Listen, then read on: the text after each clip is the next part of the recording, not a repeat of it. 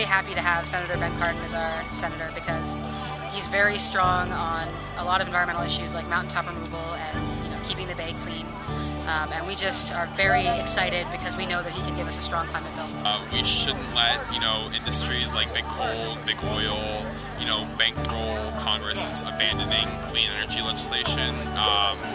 I think that Obama's Clean Cars initiative is actually would be a milestone in our country's effort to cap carbon emissions. I think it's important for us to have a comprehensive energy package, one that includes renewable energy like wind and solar, not just coal and oil. As we know, those are depletable sources and they are very dirty. They're not very good for the environment.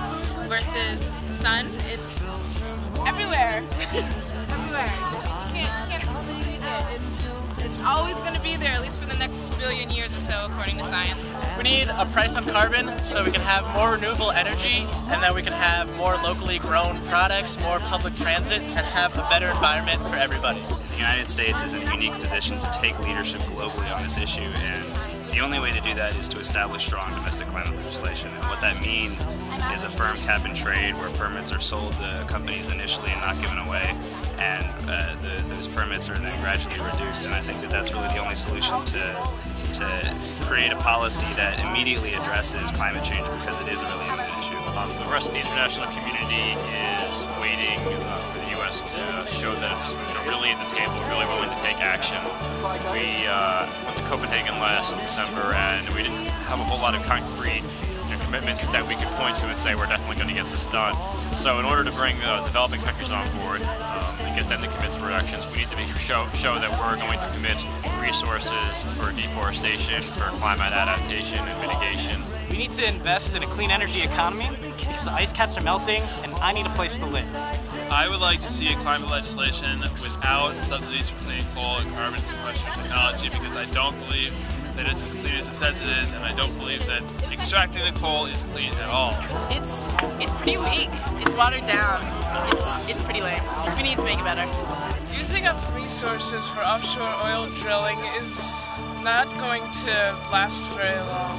It makes more sense to put our resources towards renewable energy sources that are going to last a lot longer, because we all know that the oil will run out.